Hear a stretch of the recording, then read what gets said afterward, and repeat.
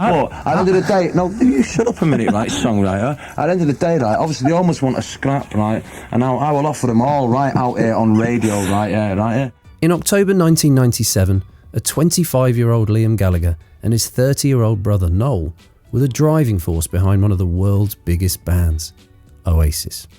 Their second album, What's the Story, Morning Glory, released 2 years previously, would eventually go on to become the UK's biggest selling album of the 1990s. At this point though, they'd just released their third album, Be Here Now. It hadn't reached the same dizzying heights as its predecessor, and the Gallaghers were perhaps feeling the pressure a little. But with this being the 90s, to alleviate that pressure, they didn't post a long rant on their Instagram stories. They went to the pub. And I think it's fair to say they arrived for their interview with Steve Lamacq on Radio 1's The Evening Session just a little overcooked. Now, I should warn you, all of the swear words are used in this interview. So please turn off now if you don't want to hear bad language of the strongest variety. If you're fine with that, step right this way. We have Noel and Liam Gallagher with us, and this is the first time, Noel, you were saying you've been interviewed together since, 1994? 1964, yeah. Was that before I left the Beatles? It was before I was born. Was that before you joined the Beatles? And you've been away in America. Yes. When did you get back from there? We got back about 10 days ago, and then we went to the studio to do some B-sides, and came out of the studio on Monday. And we had a lot of flashbacks. So it's B-sides for all around the world? Yeah, right. yeah. Okay. We've actually done a cover of Street Fighting Man, just to piss Keith Richards off, because he's been slagging us off. Have you? Just to make more money than what they've already got. Yeah, I was going to say. Obviously, they ain't got enough. I was going to say, I mean, because they're very. do you have to clear something like that before you can actually do it? No, as long as you don't change the arrangement, you don't need permission. Right. I'm like, they had quite a run-in with the Verve, didn't they? Yeah, and they're gonna have a run-in with me when I meet him, man, down Sainsbury's. I think it was Andrew Lou Oldham who had a run-in with the Verve about that. Right. But can I interrupt on we're here you interrupt away. We're here to celebrate like bonfire night and stuff like that, but because I'm silly, aren't I, George? I'm like, but things like not before Halloween. You can't celebrate bonfire night. all these slags coming out of the closets and that at the moment, like before we go anything. I'm going to shut my mouth after this then, right? I bet you. I bet you won't. John's been a bit rude in the past, hasn't he? So I'm going to have to point. Look at him there, slipping in the glass. All that says you won't shut your mouth after this. Right, that's about will. But all these old that's about £85 and a platinum cat. Yeah, I've got my own, man. Listen, but anyway, listen, right. Before I go any further, all these old farts, right, like get out of the day centre, like yeah, give me the money. Like a microphone comes in, you've got a problem with a kid, right? Yeah. Problem? A problem with a kid, right? Or Oasis, right? Yeah. Obviously, like, yeah. And I ignored all that facts, right? Yeah, because I dig all the music. I dig them as personal human beings, right? Yeah. But at the end of the day, no, you shut up a minute, right, songwriter. At the end of the day, right, obviously they almost want a scrap, right? And I will offer them all right out here on radio, right? Yeah, right? Yeah. If they want to fight, right, Primrose Hill, Saturday morning, 12 o'clock, I will beat the fucking living daylight shit out of them, right? I'll still give them a steak pie at the end of it, right? So to answer your question, yes, we have been to America. That goes for George, right? Jagger, who gives me shit. No, you calm down, you over there, right? Because I watch Simmy bit, right? Any of them old farts who've got a problem with me, right? Leave the Zimmer frames at home, and I will hold them up with a good right hook, yeah, and that's the end of it.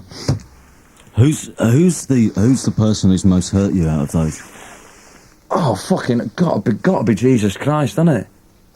But no one's hurt me, right? Because I still dig their music, right? I love George Harrison's music. I love Keith Richards' music. I love Mick Jagger's music, right? I love who else wants to slag me off and all that tackle. But at the end of the day, it's getting childish, isn't it? It's like being in the playground. I left the playground years ago. Now they want to push them out in the fucking on the swings and that, and I'll push them in them little. I'll put them in them little swings. No, I just want to fight with them, me. But do you think they say these things because they're goaded into saying them? I just think they're jealous, and I think they're senile, and I fucking ain't getting enough meat pies and that. You know. But does it bother you? Because you're bigger than that, aren't you?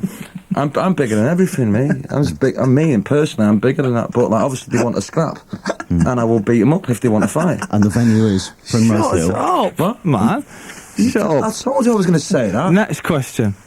I want to talk quickly about the tour, because the tour, particularly somebody was telling me the date in Aberdeen. was some of the best gigs Yeah. you've done. It was something like it brought What was it about Aberdeen? I don't know. Like you get them gigs. If are you going to interrupt, or can I go on? No, right, but go on. you could All right, just speak like I mean, musically. You sort of get like about like 5 or 6 gigs when your career where it's like everything just clicks and it just like transcends music, right? And it's like there was like the second night at Aberdeen.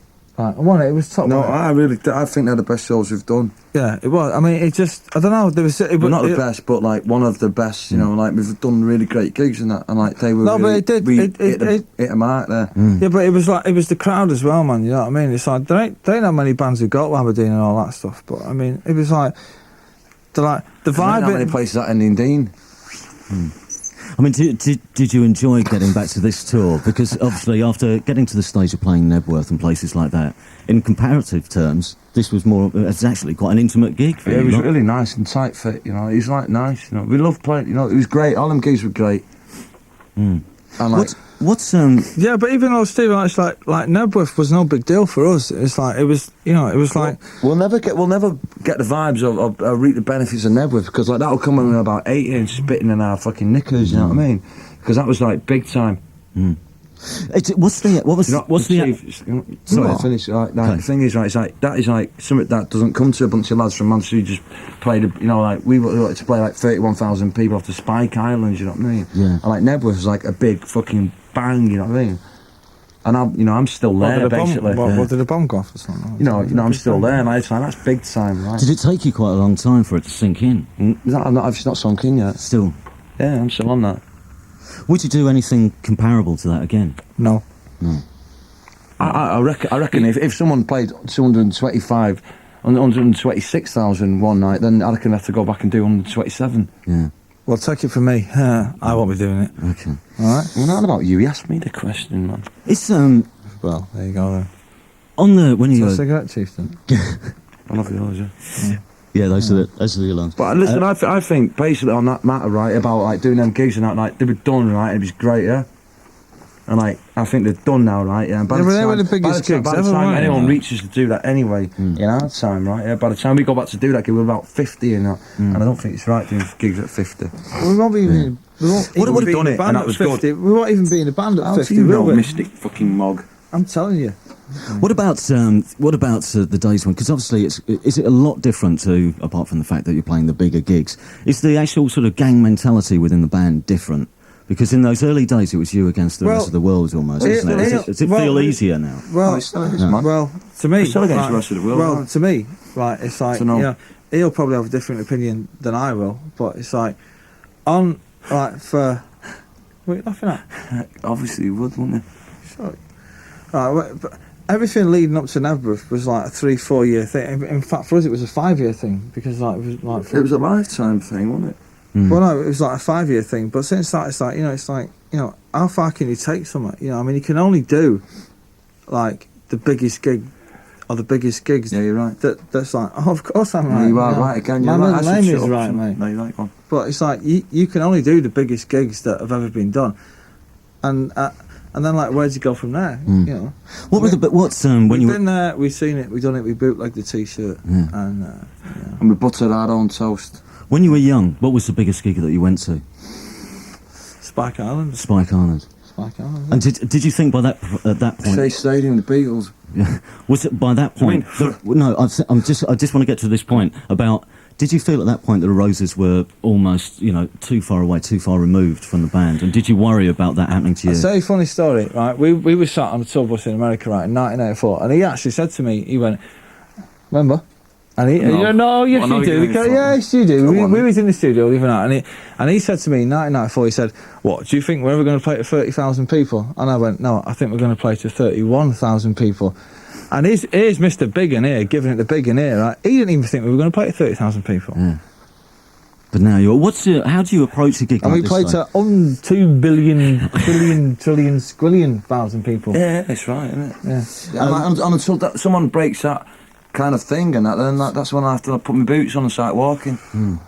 You see, well, one of the interesting. We're going to play a record in a second, but I just want to ask you this: that when you're on stage, who are you playing to? This Like is the fans, obviously. The fans. But No, we're not playing to the people.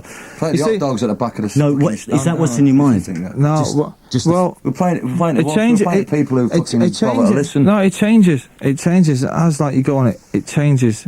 You know, it's like the bigger you get, right? It's like the more that it changes. It's like there was when we played at the 100 Club in London, right? That was like a watershed of a gig for us because it was like, you know, like a room full of like really young people, and then like the first time we played Earl Squat, and then like Nebworth, blah blah blah, and the rest of it, there was like kids were coming with their mums and dads, and we never set out to play to mums and dads, but that is what success entails, right? It's partly the image in your And mind that's when the you're on truth. stage. That's what I'm thinking about.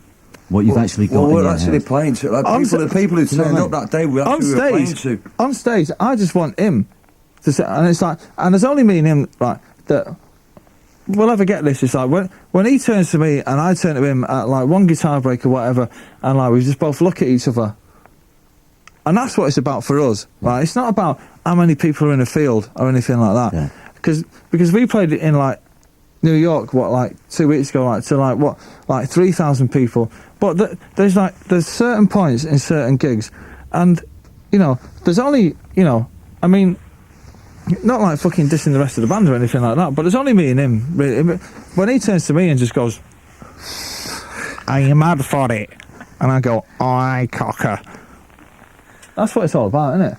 So what were you feeling in the 2 weeks leading up to the release of the album? Because obviously the work has been done by that point. There's a lot of anticipation. Well, I actually thought that it's like this band, right, was never about like hype or like I actually think, and if you're listening, like McGee and everybody else who runs a record company, it's like all the stuff where it's like you know, all like the promos are sent out to the press and all that, and it's like they weren't allowed to talk about it, and they weren't allowed to do this, and they weren't allowed to do that, and nobody was allowed to play this track and that. It's like the record company, right, and you know, whether anybody wants to hear this or not, right, they actually like made they hyped the album, right, and like we was just 5 geezers from Manchester, right, who just wanted to make records, right, and it's like, you know, Morning Glory came out and it was like no big deal, and then it like became like one of the biggest albums of all time, blah blah blah blah blah blah, and then it's like, so like we go and record this album, and like and everybody started getting really really really precious about it, not by the band, it's like because like we're, you know, I'm a songwriter, like I said, there's like 5 of us in the band, Dinger. whatever, right, but it's like we're like musicians, right, and we just like do what we do, but like people started getting, as far as I'm concerned anyway, over precious about it, and we started getting a lot of flack about that, you know, because at the end of the day it was just another album, you know what I mean? But it's your album as well. No, but it's just another album. That you see like them songs on like Be Here Now, right? It's like they are not even the best songs, right, in Oasis' career. Where be you now? No, they're not. I think they're a lot better than what we've done. Yeah, but That's what I think. Anyway. yeah, but like we've heard. I think they're the best, and it's a better group, and everyone's playing better, and that's what I'm saying on it. Yeah, but it's not the best songs. Forget anyone else. Yeah, but over that. That's what they do. You know. That's no, not at all. But it ain't the best songs that we're ever going to do, mate. And you know that. The best songs ever going to do, because we've got 6 albums to do, and like life goes on. It's like it's not the best shit you're ever going to shit in the boggin when you're 12, is it? You know what I mean? I was going to fart better than like fucking, you know, pick our nose better. You know what I mean? So we're agreeing on that one, then, are we? We are agreeing on like Right, obviously it's thank not you the very best much. songs we're going to do, because Well, that's what I'm saying. It's It's the best album we've ever bleeding done. It's just And that's all I'm saying. It doesn't matter about hype and that. Everyone did treat it a bit precious and that. It's but just another album in the career of Oasis. It's just Oasis' But it's 3rd album. Oh no, it's great. I'm not saying it's naff or anything. Like, what I'm saying is it's just Oasis' 3rd album. But also, but the isn't best. Isn't it, Wait. as well as being the 3rd album, being the Wait sort till you of hear the end 4th album. Yeah, but isn't this the end of an era almost? Yes, Isn't definitely. This, It's this is the first definitely. Yeah, it's 3 albums definitely. are a set. Yeah, you're right. I always Steve. said- You're on the ball. I always said teeth that- this morning, aren't you? You actually cleaned your teeth. You flossed them, maybe. Didn't floss them. No, You use Colgate. we No, a smoker's one. McLean's. no, you don't. no, Well, one of the not judging by smokers. your breath from where I'm sitting. But what I'm saying is it's like we always said that like the first 3 albums were like part of like one great big album, right? And it's like, we don't even know when the next album's going to come out. No, but you don't. So like I don't. So how can you? It's the last album. It's the last album. B&L's the last album, right? That we could ever, or anyone else could ever commercialise. Basically, as far as I'm concerned, It's the last Oasis album of the 90s. it's the last Take it from Oasis me. album that anyone else can fucking like commercialise and fucking suck the balls out of it, right? Basically, right? I.e., fucking record companies and anyone else, right? The next one is going to be, and like that's the way it was. That's the way it was planned anyway. The next one's going to be. Yeah. We're going to change the face of rock and roll music, basically, as far as I'm concerned. Do you need some time off before you start, or have you started writing already? Because you're workaholics, aren't you? Or you have been at times. We're alcoholics. And you work very hard. To get that alcoholic. No, we do work out because like we like writing music. Do but we? I think Do we? music that we've wrote, I think we've met it. But we met rock and roll at a crossroads and that. We've got the songs, we've got the basic of the song wrote. Yeah. We just need a bit of paint splashing on it. How do you mean? What I mean, like Steve, let's get like psychedelic. Let's like put on like a hard pants and like a. Well, I'll tell it to the kids now. There ain't going to be another Oasis album in the 90s. No, there isn't. No, in the 90s. No, there Obviously isn't. not. Like we're going to kick in There the isn't. millennium, right? So- the millennium's not so we're in- important, right? what but year it's, are we it's in? another year, right? What is but it? 97, 1990s? no. Listen, right. 7? The next one's going to be like, oh, Seven. am I too far away from this No, you're microphone? fine. I don't want you shouting at me like, but the next one's going to have a bit more colour in it. Yeah. You know? Yeah. And that's what I think. And I Is think, it? And I know that, no, yeah, it is if I've got anything to do with it. He Yeah. probably, but you haven't. he knows, can he second knows. guess you. He can second guess you now. He knows where you're going. What about the music that you've listened to? Bands around at the moment that you like at the moment? Verve, The Verve. Travis, that's it. Yeah. Austin Colour Scene, Paul Weller, obviously. And that is about it. As far as I'm concerned. What was If I may speak my humble yeah, mind. what was your reaction when you first heard Humble the Verve mind. album? Pardon? What was your reaction when you first heard the Verve album? When I first heard it, I thought, well, it's about time that them guys actually done it. I wasn't surprised a bit, mate, you know, because I've heard it all before, you know, I've been hearing Richard's songs for a long time in the Verve, so, you know, it's like, Yeah. and it's just right, it's the first reaction it should be for the kids, and like, because, like, they've been doing that all along. But when he like got on a stool and like played like a few songs before we played this gig in New York, like a long time ago, and he played like Drugs Don't Work and Bittersweet Symphony, it's like they're actually songs that do touch you. But I will say that drugs do work. That's something we've been almost quoted as saying before. Well, it's the truth, though, isn't it? You know what I mean? Other than that, he's got a shit drug dealer. That's your brain. But like, I know what he's saying, but I really don't. But drugs do bloody work, Rich. That's- He knows the score. That's your Coffee's personal Fucking message work to last Rich time I met him, and that when I Coffee- shocked him out one. For anybody who's listening from the American Embassy, coffee is really good. Okay. What about the fact that, do you think that the Verve, having the Verve around is quite good for you? Because they're the only band probably, well, one of the few bands capable of kicking you up the arse. Yeah, because no one's going to kick me up now, because I don't like being kicked up the bottom. Us, or us, up the bum. us, and that's like, us. but it's like, you know, we could get We- more inspiration off like we- the likes of the Verve and that now we can do off Prodigy and anyone else, you know what I mean? Because like, did in our own tree, you know what I mean? No, nobody is gonna. It's not. Listen, he asked me the fucking question. You calm down. There's only one nice to have person. him around. There's only It's one about person who is gonna push Oasis on like to greater things, right? And it ain't gonna come from any one like particular band. It's to do with Us. it's to do with us because we've got really big egos and like now right it's Verve time, right? And that's just like the end of it, right? It's like, Well, no, I disagree with you. well, I'm sure that you do. I wouldn't expect to say anything else. Well, I'm sure that you do. It's our time. Well, whatever. Yeah. But it's nice to have him But- around, you know. But anyway, no, like, when like it's about time that band done something, right? Because No, I've got enough. It's about time the world listened to him. Richard is a genius, right? And he is, right? And the rest of and Nick McCabe is like he's one of the best guitar players I've ever seen, and they're a great band. And even when we supported them years and years and years ago, they were a great band then. Yeah. And circumstances just worked against them or whatever. And I was the happiest man in the world when that band went to #1 with their album. I'm sorry, and we were it's like, because it's not like because Richard, it means more to us than what it probably does to them. Because but, like, he could probably take bollocks. I don't know what he means. It's true. It's strange because as Verve fans, one of the things about people who follow the Verve is that everyone feels really vindicated by the fact that they've gone on to be successful? Everyone who liked the Verve back then. What? Who feels vindicated? All the people that were slagging them off like 3 years ago? No. I mean, those people who were there. We were the only people who were saying about that band that I wrote. Right, I don't write songs about many people. I've written songs about him. I've written songs about my mum. I've written songs about my wife, Ponce. And I've written songs about Richard Ashcroft. That man is a genius, right? And I tell you what, man. He ain't doing it for him, right? He's doing it, right, for me, because that geezer. How do you mean for you? Because he has got to be a better songwriter than me, right? And then I have got, in return, I have got to write better songs than him. Yeah, that's what it's about.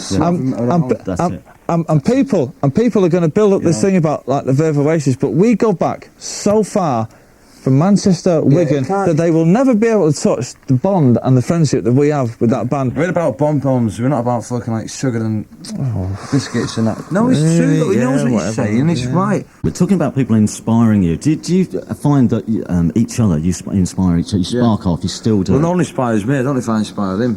Yes, he does. He knows it, he does. Oh, cheers, gee, thanks. He knows that he does. That means I can sit you on the fucking shoulder for a couple of quid. No. Oh, no. No, it doesn't ever mean that. Oh, yeah. No. Has your relationship changed over the last year? Yeah, of course it has, yeah.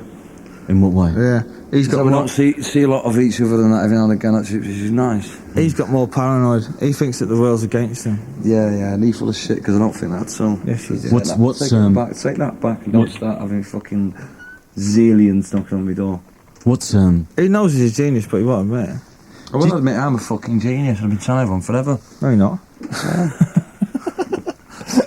No, you're not. No, he inspires me like more than I inspire him. Probably. in what way though? Glenn? My mum inspires me, my wife inspires me, my little stepson inspires me, bottles of lager inspires me. You know, yeah, well, that goes without saying, though, doesn't it? It's like, well, you know, it's something that you love and something that like listens to you. Like you inspire me, Stephen, when you take the chance to listen to me. But is it just the mood of the people around you that gets you up?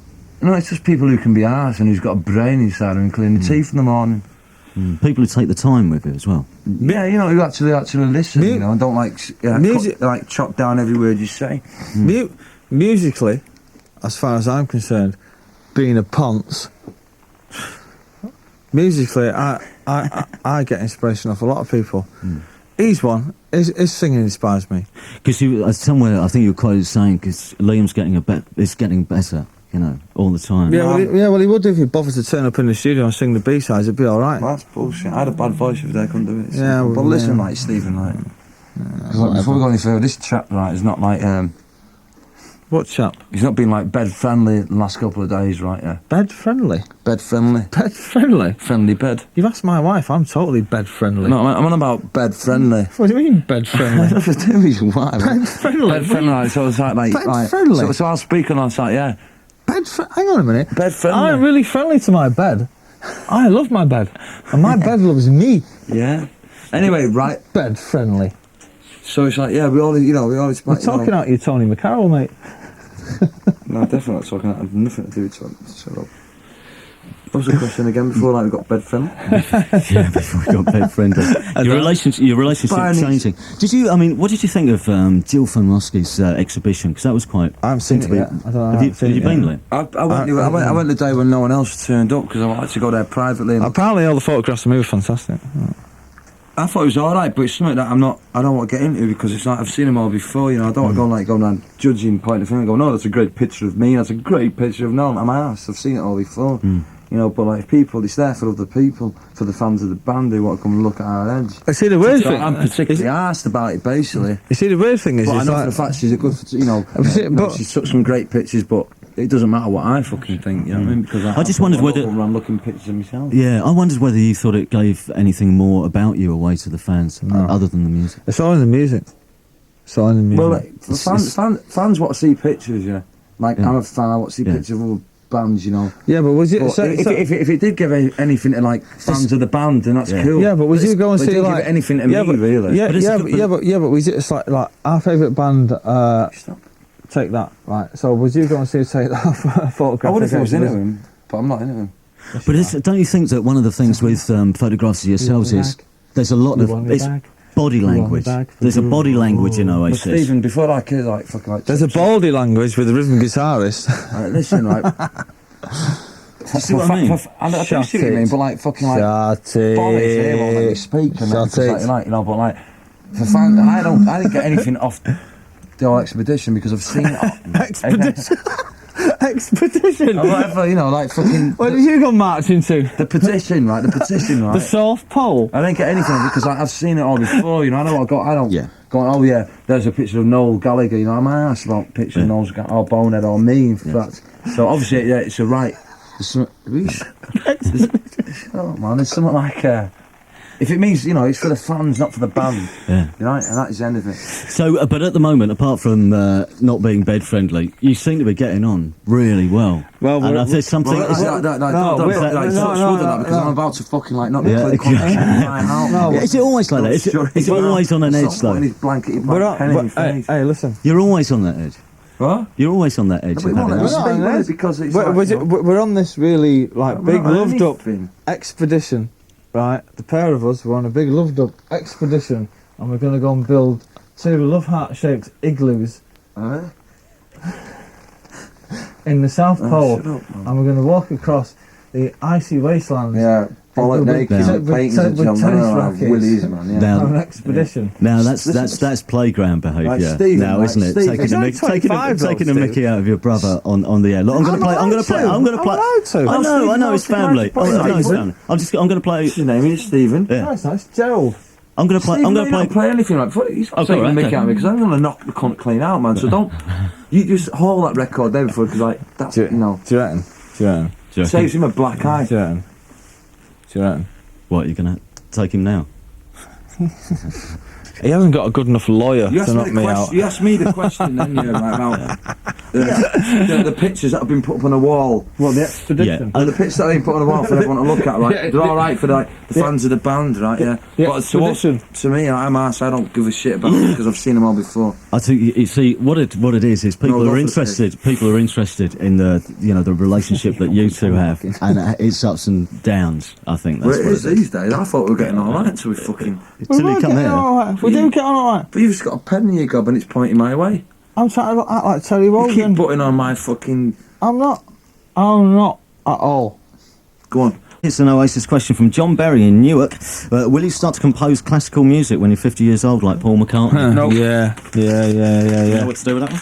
Yeah. So when you were around at Tony Blair's place, did he remember you from the Q Awards when you went up to him? Pardon? Did he remember you from the Q Awards? Do you remember? Well, you see, the thing about going out number 10 Downing Street... No, can we go back to that silly question there? Which one? Compose, right? Does, right, so, yeah. Is Paul McCartney, composing what? Classical music? Is Paul McCartney composing classical music? I've already composed 3 classical albums. Right, because at the end of the day... Period, mate. Like a flaming pie, yeah, it's not classical to me. And sitting around with a bunch of old fucking lesbians, right, in a fucking like, what is it? It doesn't sound classical to me. Yeah. So no, we're not going to partake in that kind of shit. It's a question which, it refers to something which he's done recently. Well, no, we're not going to do that. Yeah. Allegedly. Yeah. Yes.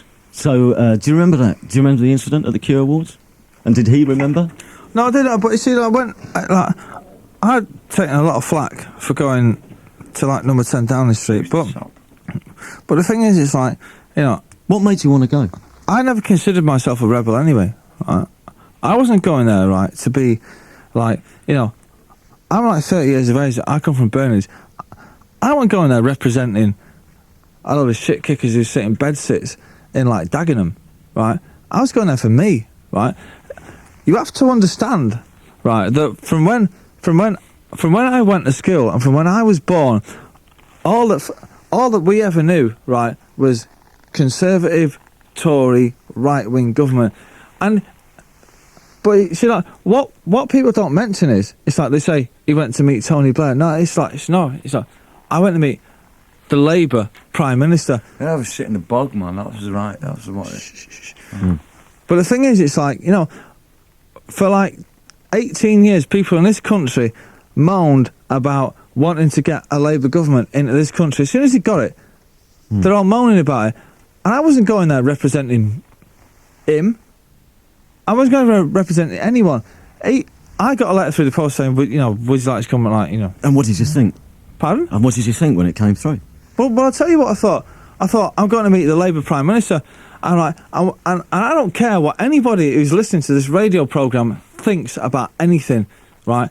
I believe fundamentally in...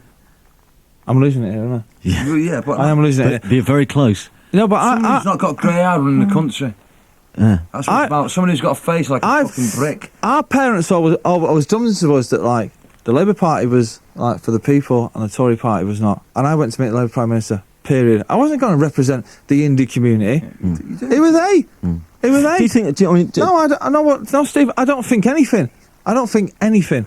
I just went there, and that's the end of it. Yeah, exactly, for the crack, and that's it. And that's the end of it. See, the thing is, have you been to 10 Downing Street? No. Well, I have. So shut it. All right. Wasn't accusing you of somehow selling us out? I know, but okay then. So to anybody else who's listening to this, have you been to 10 Downing Street? No. Well, I have. So shut it. Sorry, the vibe right is on. And anyway, I'll be Lord Mayor of London within the next 6 months. The vibe and what will you do, Stephen? Pardon? And what will you do if you're Lord Mayor of London? People's mouths. Listen, legalise drugs. Listen, me. And the vibe is like, you know, like when he heard all that stuff, right? It's like, I thought it was a buzz, you know what I mean? I didn't get invited, but Lamacq has put like the fucking shit bags, right? I couldn't go in there and do anything because I'm not. Yeah, because you didn't get invited. I did get invited, right? But the vibe is, my thing is, right, it's like for him to go there, right, and all that stuff. It's part of our family, man. You know, he's great in that, like, from people like. It's like one of the Gallagher's. These people are putting their heads together. It's one of Gallagher's getting invited. Everyone's ready to moan about it. Get on that, man. Ready to moan all the fucking stuff. Would you go? Would you go if you got invited? Well, hang on a minute. Would you go if you got invited? I probably would. Right then, there you go then. End of story. End of story. I think you may have misconstrued why I asked you. I'm interested. Right, didn't it? Like, can I say something, right? If we're getting into the microphone before this girl over there shouts at me, right? There's nothing wrong, right? Like with the people in Oasis, right? Or in, like, it's a Labour government. I know. It's like people putting their heads together. Power to the people. Find a bit of common ground. Power to the people. That's it, man. That's it at the end of the day, man. But you were saying just during that record that what's the point of making another record if the world's not ready for it? We're talking about the Lars and Liam Mathers especially. You know, I think he could write 20 timeless melodies if he wanted to. Yeah. But you know, like he's into something else. You know, like he's like, you know, what's the point? What's the point? You write music for yourself, don't you? First, you know what I mean? There's only one boy in this country who scares me, and that's him. What, songwriting wise? Yeah, and because when he wants to, because he is a genius.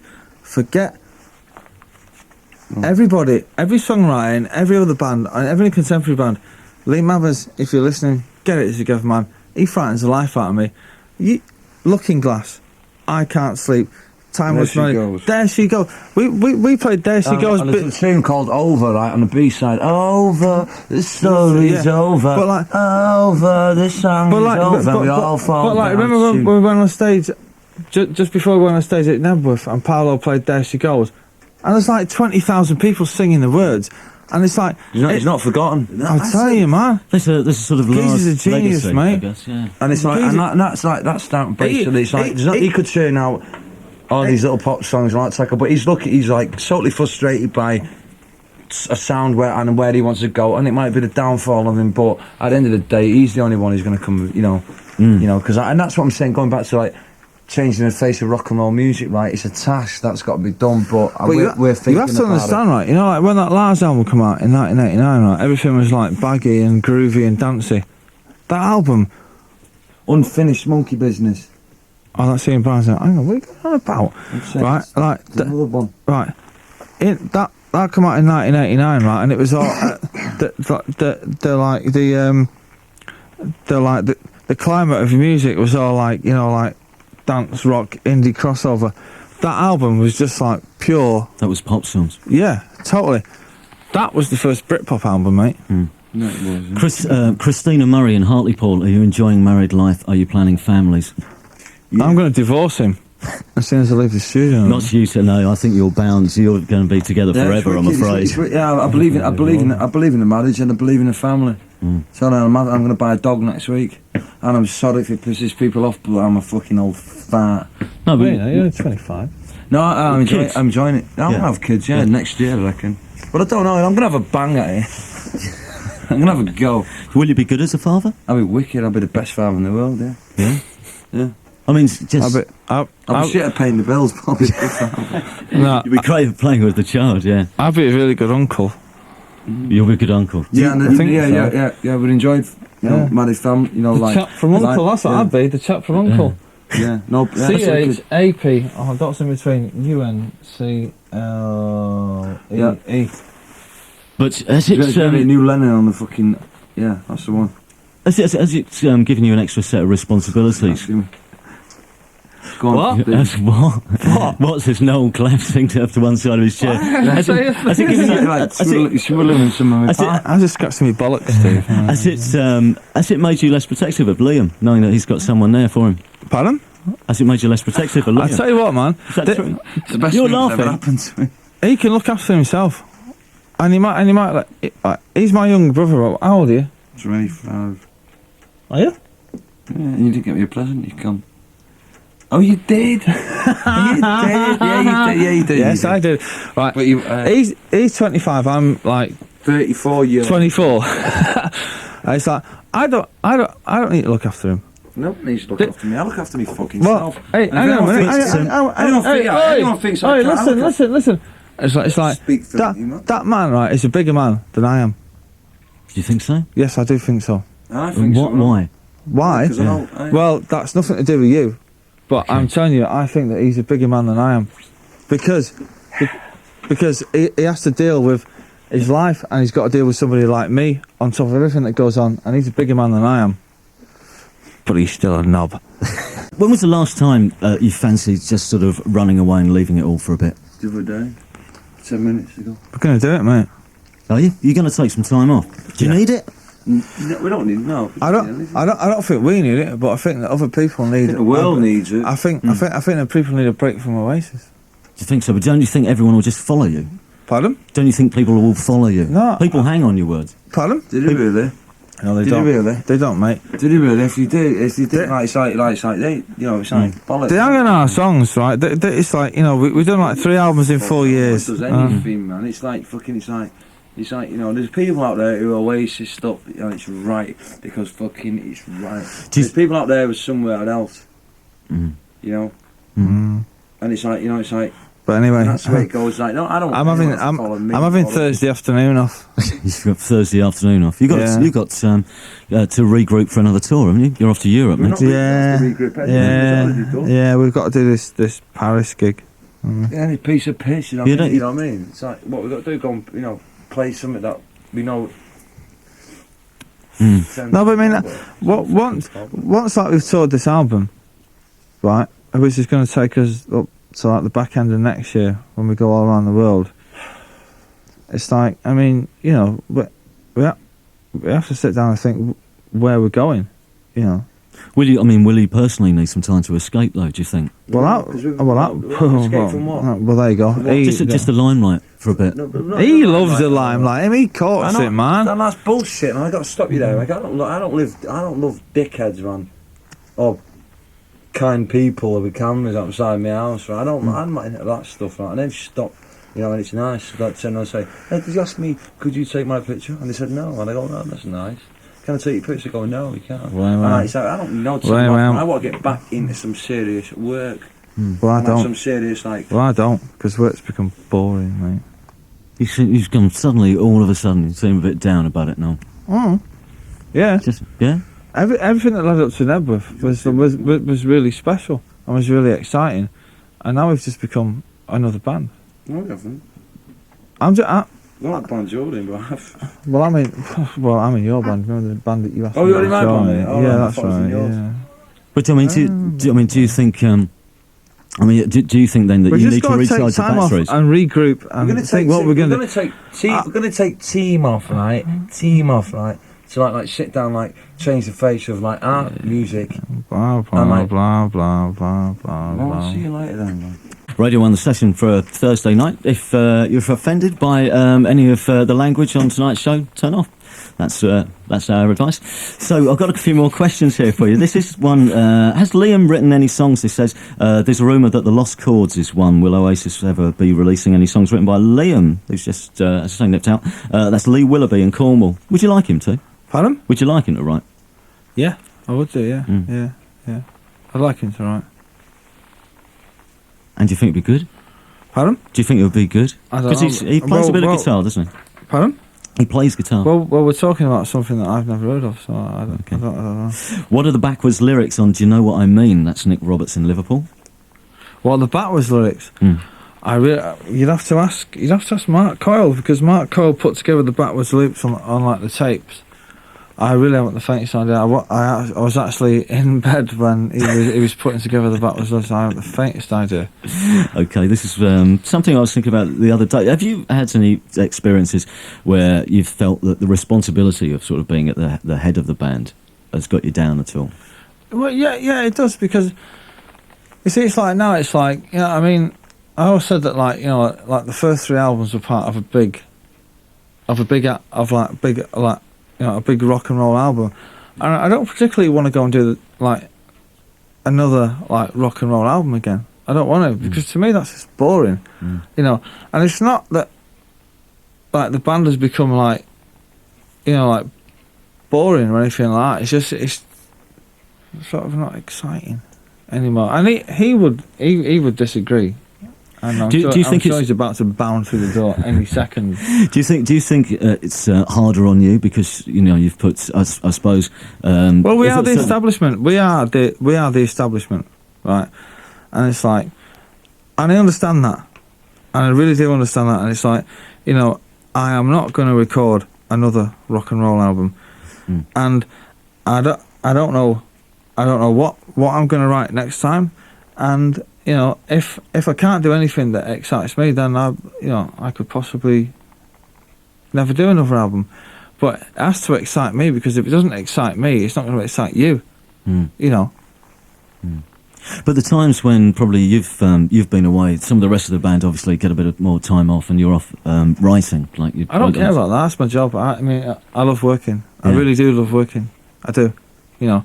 So are you going to miss this? You know, are you going to miss it if you have a bit of a break? Well, no, because you know, you have to sort of like discipline yourself and say, well, hang on a minute, you know, I need mentally time off. You know, it's like, you know, I could go like and start to write another album next Tuesday afternoon, right? But it wouldn't mean anything to me. I'll be in the same mode as I am now, like rock and roll band. It's like, but I don't want to do that. You know, I can't. What do you do when you get? Well, I don't know. What do you do when you get a bit down about it? What do you do to vibe yourself up these days? Well, I'm sort of quite lucky in a way that I've got a lot of friends in sort of like different fields of music. You know. I like to chat to them, and they've got like different ideas of things, but it's like I don't, you know, it's not as like, you know, we're going to do a dance album or what have you. But I know that, and I said this from 1994, that like the first 3 albums are going to be part of a set, and then it's going to change. I don't know, right? And the most exciting thing about it is, it's like I don't know what the next album's going to sound like, and nobody else does, and I don't know what. And you know. And you'll enjoy confounding people, won't you? I want to confound me. I want to confound him.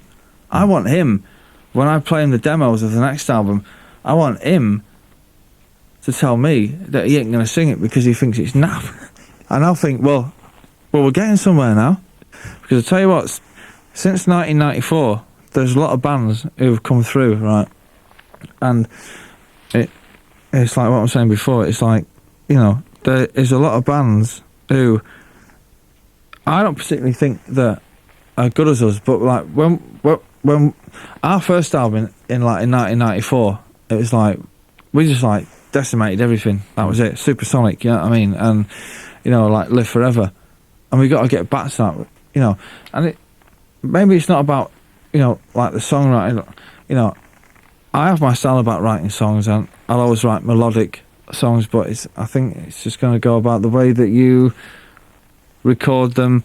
And I don't think that on the last album, on like Be Here Now, that we took too many chances in the studio. You see, and it's like a sad thing to say, but I think that one of the best things that I've ever done was Setting Sun with like the Chemical Brothers.